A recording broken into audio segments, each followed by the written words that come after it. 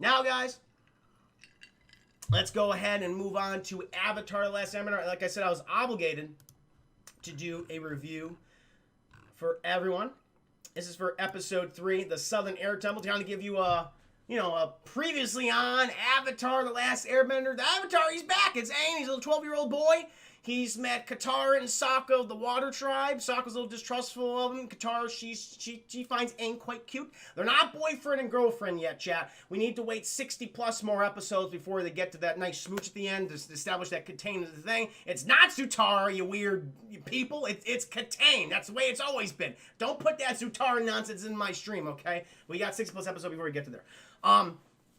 So they find him chatting. They're like, oh, you're the Avatar. That's great. Zuko, he's the exiled prince of the Fire Lord. He's been looking for the Avatar for 2 years. He finds him. He loses him. He's pissed, Chad. He's got to repair a ship somewhere. That's where we are. And Aang's like, hey, we're going on this journey. We got to go to the North Pole to get a waterbending master because I got to learn all 4 elements. I already got air down pretty well, but I got to learn water, earth, and fire, Chad. Those are the 3 C's. We're on water. Ooh! Edgy Berserker, thank you for resubscribing, my man. Welcome to the stream for 3 months in a row. Hope you're having a great night, my friend. But before we get to the Northern Water Tribe, Chad, Aang wants to make some stops, and he's like, hey, we got to go check out the Southern Air Temple. You know, that was my home. I got to tell you all about my friends, my teachers. Monkey Atso, he was like a father to me, 100 years ago. And Katara and Sokka are like, this is a little awkward. Like, Aang, like, Katara's like, she's trying to break it to Aang very softly. She's like, Aang, a lot has probably changed in 100 years since you've been back there. And Aang's like, yeah, but, I'm sure things are okay. Like, he's still in denial, Chad. Like, all of the fact that he's been away for 100 years, it still really hasn't gotten into his head yet. Because that's a lot, that's an overwhelming thing. He's 12 years old. He's a child still. And, like, he can't process that, I think, thoroughly until he actually sees it. And Katara's trying to break it to him. Sokka's like, we gotta, like, get through to him. Like, the air nomads, they were wiped out. Like, this is the genocide episode, chat. Like, episode 3, genocide. The air nomads, the art of airbending has gone extinct because the Fire Lords literally started a holocaust on them to try to kill the Avatar. So he wouldn't involve himself in the 100-year war. Like, we gotta take out these fuckers now. And that's what they did. They killed every single air nomad, and Katara and Sokka, it's hard to break it to Aang, and because he's just so excited to go back home. So while they're flying back home, chat, to Southern Air, they see it off on the horizon, like, oh, there's the Southern Air Temple. I'm like, whoo, that looks, wow. Katara's like, that is beautiful looking. Sokka's like, please have food there. I'm starving. You literally scared me earlier because while I was sleeping, you used all my goddamn seal blubber jerky to start the fire last night, so we have nothing to eat. Now, it's supposed to last at least a good month, and you destroyed all of that, Aang. So I hope that there's some goddamn food there. And Aang's like, don't worry, I'm sure there is. Katara's like, But meanwhile, chat, we cut to Zuko. Prince Zuko and Iroh, during their battle with Avatar Aang, their ship was damaged, so they've docked in a Fire Nation harbor, chat, which is kind of treacherous territory, because Zuko, he's the exiled prince of the Fire Lord. He's been in the search of the Avatar all this time, and so he's like, Iroh, okay, listen, Iroh, we can't let anyone know that the Avatar's returned, because then all these other firebending people, all these people in positions of power, they're going to try to go after him. So we can't reveal anything. We just have to come up with some other excuse for a reason why our ship got damaged. And as soon as he turns around, chat, who does he see? Commander Zhao. This prick. This asshole, chat. And Commander Zhao, again, he's the kind of guy, he's like the incompetent, like super antagonistic secondary villain in the show. Like, he's just all about, like, retaining power and just trying to push everyone to the side as much as he possibly can. Vocal performance by Jason Isaacs, who played one of the Malfoy, Lucius Malfoy, in the Harry Potter series. He's an amazing voice actor. That's the kind of like his secondary career. He's been doing that for, God, at this point, what, 25+ years? Great voice actor. He has using his American accent, too, so you can't even tell it's him. So he's introducing himself to Prince Zuko. He's like, oh, Prince Zuko. Now, even though you're an exiled son of a bitch, I suppose I'll allow you to dock here and, repair your ship. As a matter of fact, like, how did your ship get damaged? And Zuko's like, Iroh, tell him about it. And Iroh's like, listen, man, I got nothing. I got nothing. We encountered an earthbending ship, an Earth Nation ship, Earth Kingdom ship.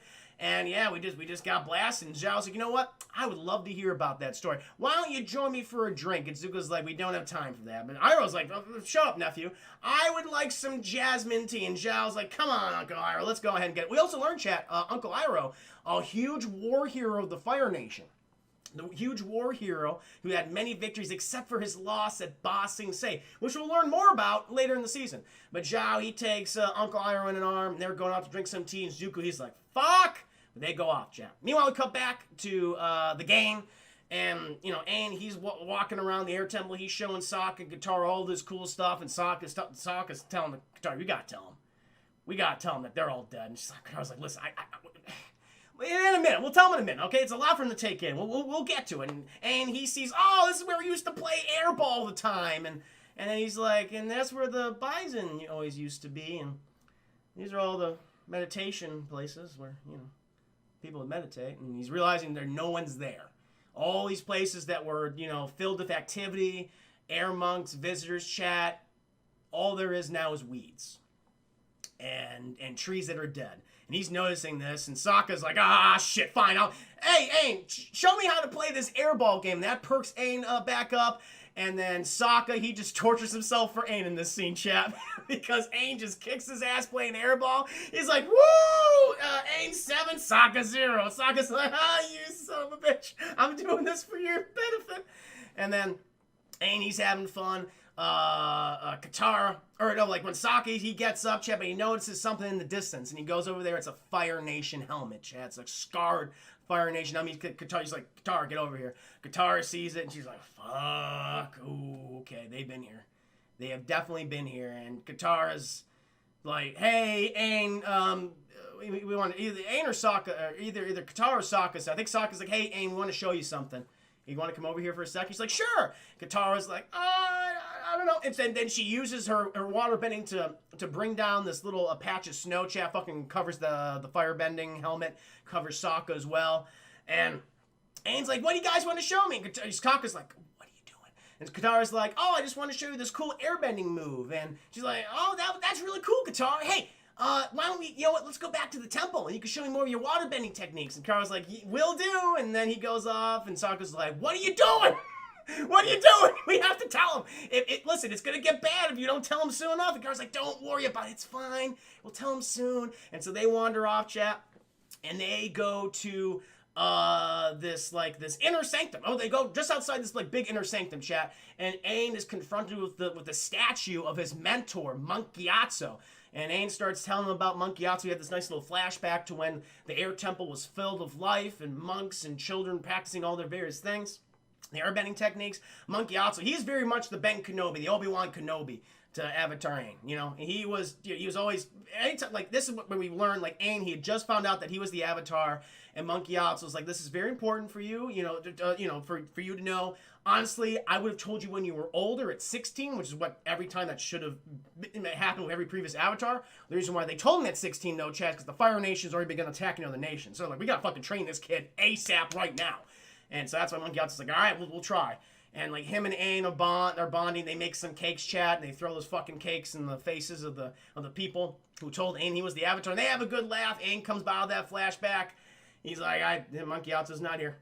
Hey guys, let's go into the Monk Gyatso also tells him like, hey, one day you shall go into the inner sanctum and you will meet the person who will help realize your destiny. He's like, ooh, who's that? He's like, at 16, Aang, you still got 4 years ahead of you. Aang's like, ugh.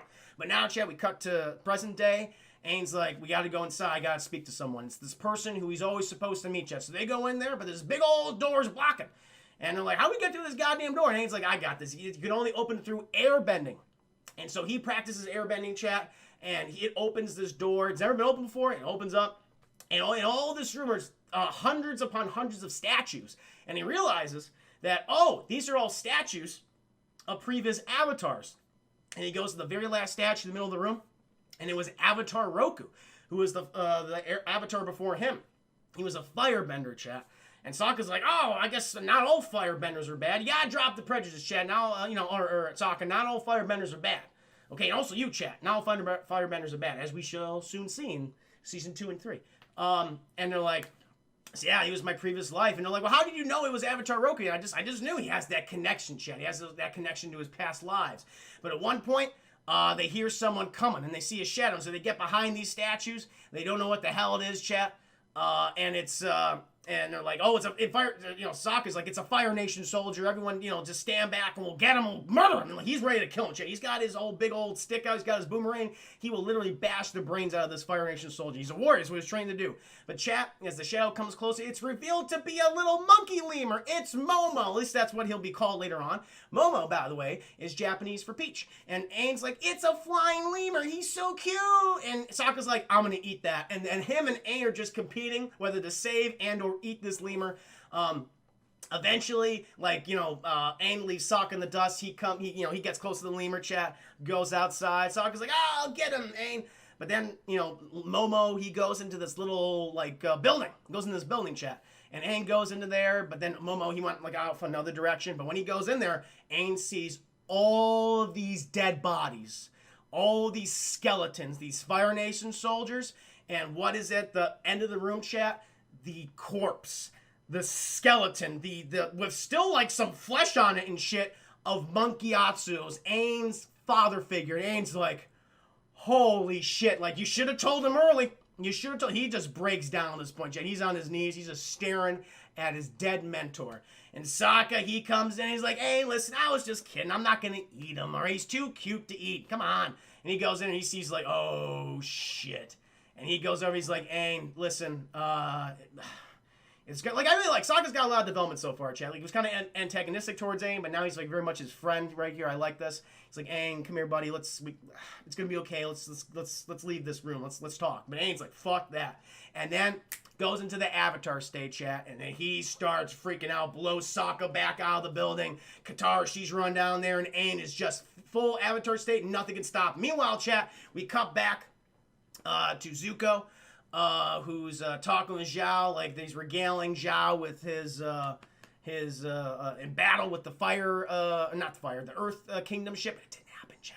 And Zhao's like, you've been searching for this Avatar for 2 years, but everyone says the Avatar is gone. No one knows where he is. But if you happen to have any information on him, you should tell me. You should tell me, your father, any other Fire Nation citizen. Zuko's like, no, man. Don't know. It's if you, and Zhao's he's pressing Zuko's buttons. He's like, if you have any shred of honor left in you, Prince Zuko, you will tell me. And Zuko's like, can't help you, man. Can't do anything about it. And Zuko's like, all right, uncle, let's get out of here. We'll leave Commander Zhao to his management of his fleet. Let's leave. But chap, right before he leaves, the guard's like, mm-mm. And one of these guards come in and is like, Commander Zhao, we interrogated the crew. I imagine tortured them. And they admitted Zuko, Prince Zuko, he had the Avatar, but if we fucking let him go, he escaped. And Zhao's like, I fucking knew it, you lied! Well, now that I know the Avatar is indeed real, send word to the Fire Lord that his son, Prince Zuko, failed, and I will be the one to capture the Avatar. And Zuko's like, the fuck you will! And they start arguing, Chad. Zhao, he walks out. Zhao later comes back and says, all right, got the fleet prep. Listen, I'm not gonna kill you. I'm not gonna kill the Fire Lord's son, even though he doesn't give a shit about you. I'm gonna leave. I'm gonna let you go. And Zuko's like, oh, so because you want me to confront you, want me to stop you? And Zhao's like, you could stop me? Oh, I don't think so, Zuko. And Zuko's like, all right, fuck this. I'm gonna challenge you to a duel, or as he calls it, Chad, an Agni Kai. That's like a firebending duel.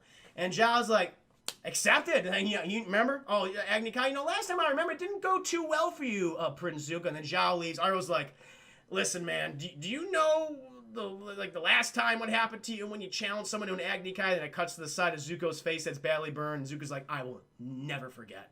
And then, chat, we get the big old duel between Zuko and Commander Zhao. Commander Zhao's very overconfident. Iroh's just like, all right, Zuko, you gotta just remember the basics. Remember your training, breathe, and just do it. And then we get that duel, chat. And Zhao, has the upper hand for most of it. Zuko, he's just kind of defending himself. Zhao is just pumping all these attacks. But then Zuko, he changes the script. As soon as Zhao gets closer to him, Zuko, he trips Zhao up. And I was like, yes. Again, Zhao can't regain his footing. It's all about footing and the breathing, chat. And Zhao, he's lost control of both.